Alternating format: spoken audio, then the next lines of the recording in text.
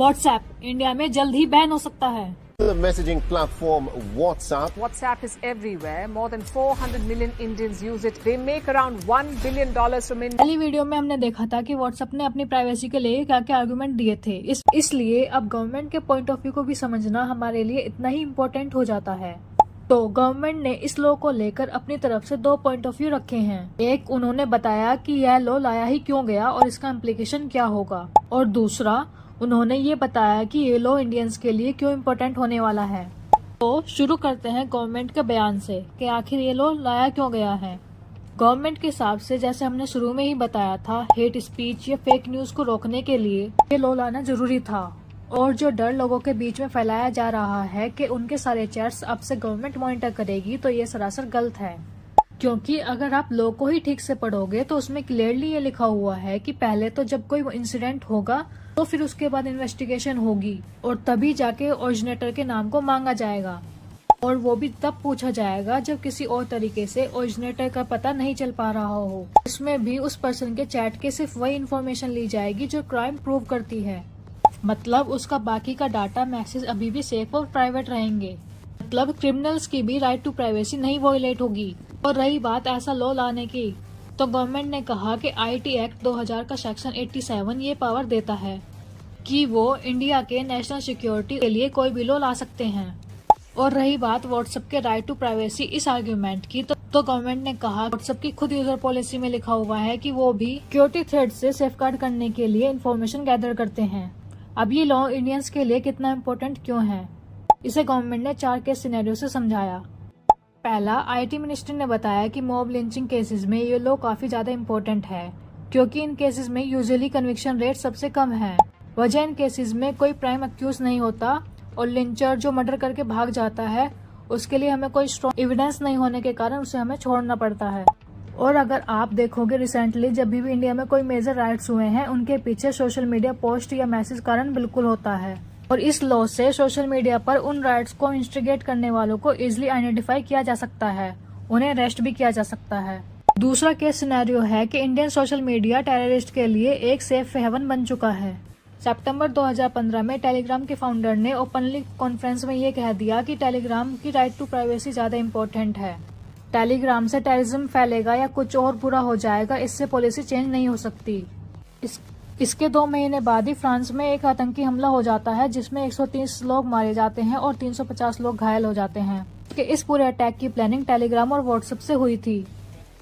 और counter extremism project के हिसाब से टेलीग्राम अपनी इनक्रिप्टेड सर्विस से आईएसआई, अलकायदा, हमास, एक्सप्लोडा जैसे टेरर ग्रुप का एक सेफ सेंटर बन चुका है। इस पर ही वे लोग recruiting, fund raising, violence inciting और इवन टेररिस्ट एक्टिविटी को कोऑर्डिनेट तक करते हैं। और इसलिए इंडिया सोशल मीडिया भी टेररिस्ट ग्रुप का गढ़ न बन जाए, इसलिए ये लॉ लाना जरूरी था।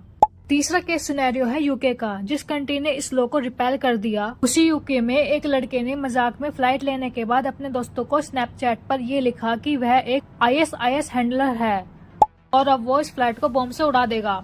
पता नहीं कैसे, बट यूके सीक्रेट सर्विस को इस प्राइवेट चैट का पता चल गया और उन्होंने 2 फाइटर जेट की मदद से प्लेन की लैंडिंग करवाई और उस लड़के को पकड़ा और अरेस्ट करके इन्वेस्टिगेशन किया। अब बीबीसी के हिसाब से लड़के की चैट को पढ़कर यूके की सिक्योरिटी एजेंसी को अलर्ट खुद स्नैपचैट नहीं किया था, क्योंकि व्हाट्सएप जैसी इंक्रिप्टेड ऐप होने के बावजूद वो ऐसे लाइफ थ्रेटनिंग सिचुएशन पर इन्फॉर्मेशन पढ़ सकते हैं। चौथा और आखिरी सिनेरियो है ऑस्ट्रेलिया का। 2019 से पहले ऐसा डाटा मॉनिटरिंग लॉ नहीं एग्जिस्ट करता था, पर 2019 में व्हाइट सुप्रीमस ने वहां के एक मॉस्क्यू पर बंदूक से गोलियां चलानी शुरू कर दी और इस अटैक को फेसबुक पर लाइव स्ट्रीम किया गया।